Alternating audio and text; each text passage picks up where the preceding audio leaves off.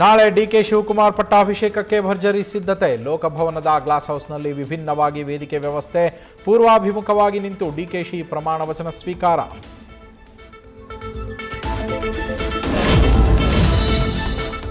ಪದಗ್ರಹಣ ವೇದಿಕೆ ಮೇಲೆ 20 ಆಸನ. ಸ್ವಲ್ಪ ಎತ್ತರದಲ್ಲಿ ಧರ್ಮಗುರುಗಳು ಕೂರೋದಕ್ಕೆ 40 ಆಸನಗಳ ವ್ಯವಸ್ಥೆ.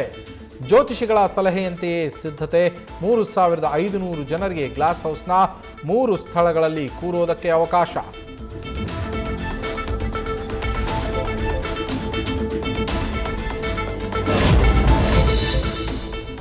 ದೆಹಲಿಯಲ್ಲಿ ಮುಂದುವರೆದಿರುವ ಸಂಪುಟ ಸರ್ಕಸ್. ಎಐಸಿಸಿ ಅಧ್ಯಕ್ಷ ಮಲ್ಲಿಕಾರ್ಜುನ ಖರ್ಗೆ ನಿವಾಸದಲ್ಲಿ ಇನ್ನೂ ಚರ್ಚೆ.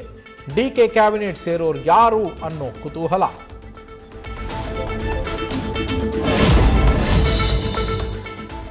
ಆಡಿಯೋ ವೈರಲ್ ಬೆನ್ನಲ್ಲೇ ಜಮೀರ್ ಅಹ್ಮದ್ ಭೇಟಿಯಾದ ಡಿಕೆ ಸುರೇಶ್. ಹೊಸ ಕ್ಯಾಬಿನೆಟ್ನಲ್ಲಿ ಸಚಿವ ಸ್ಥಾನ ಸಿಗುತ್ತಾ ಅನ್ನೋದು ಇನ್ನೂ ಸಸ್ಪೆನ್ಸ್.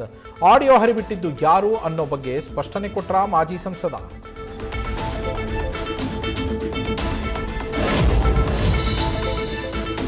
ಬಿಜೆಪಿಗೆ ಅಧಿಕೃತ ಗುಡ್ ಬೈ ಹೇಳಿದ ಕೆ ಅಣ್ಣಾಮಲೈ.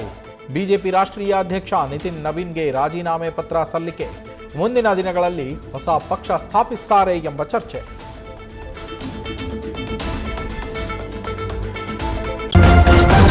ನ್ಯೂಸ್ ಫಸ್ಟ್ ನಿರ್ಭೀತಿಯಿಂದ ನಿಮ್ಮ ಪರವಾಗಿ.